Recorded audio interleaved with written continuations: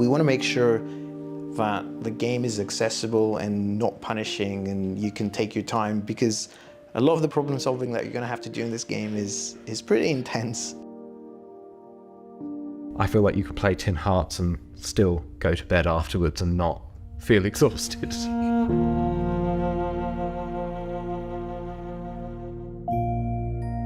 The most important thing when making puzzle difficult is collaboration. It's important to get feedback early on. And that's just about getting other people to play it. Because obviously we know that it's not for us. Yeah. So well, we know the solution to all of the puzzles. Yeah, it's very important someone's first time playthrough.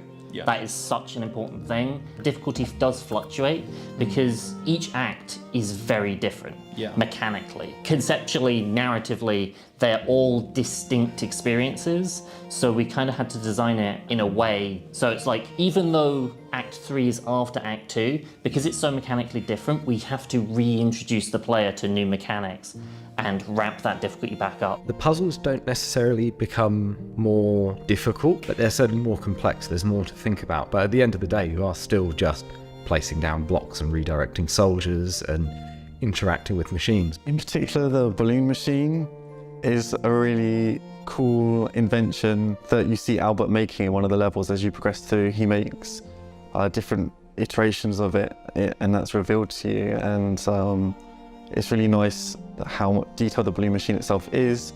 When your little cute soldier comes in, there's a little hand that grabs the balloon from a bucket, puts it onto the little balloon pump, and you see the whole machine pumping the balloon up, and another little hand goes to fire off just as your soldier grabs it, and then flies away in the air holding it like that. They're super cute. Look, Daddy, it's working, it's working, you did it!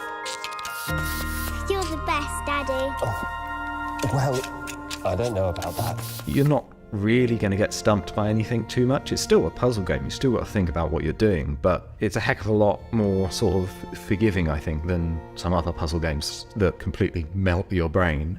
It's a constantly evolving and fresh experience for a player. They're always going to be on their toes, but they'll also have more familiar mechanics to kind of lean back on and help guide them through more challenging areas of the game.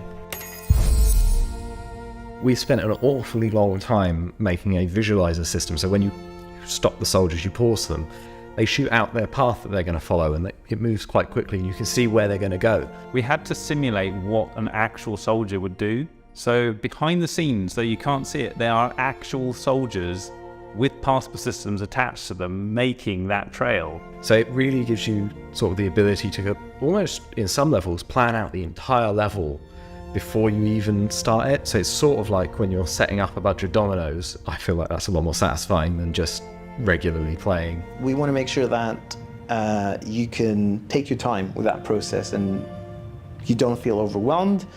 So time manipulation, was something that we wanted to do pretty early on.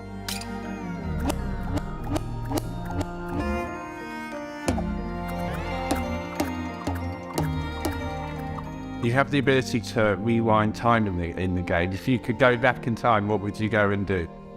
I would go back in time and I would stop us adding the rewind feature because it has been the worst thing in the world to set up. Yeah. We get a bit enthusiastic with the mechanics. We can kind of throw something at a wall and see what sticks. Yeah. It's mainly when the code come along and ask us politely not to do what we've done because it breaks many conventions. Like making it go forwards, that's easy, that's fine. But then making them rewind properly so that the rest of the level doesn't fall apart. Like some machines will take us several weeks to add in the rewind capability when doing the forward version of it has taken maybe an hour. It's a game of trial and error and trying new things. You do need the ability to redo, and this seems like the most elegant way of doing it that fits in with sort of the narrative tone that we want to establish and sort of fit with some of the beats that we want to discuss. Time is such a big theme in the game, and the time mechanic itself feeds into the story, but in real life there's no rewind. And what does that mean and this is something that we explore in the story itself, what does that mean? You can't take time back, and what does that mean in terms of the decisions you make? It's going to be interesting to see how people kind of react to this approach.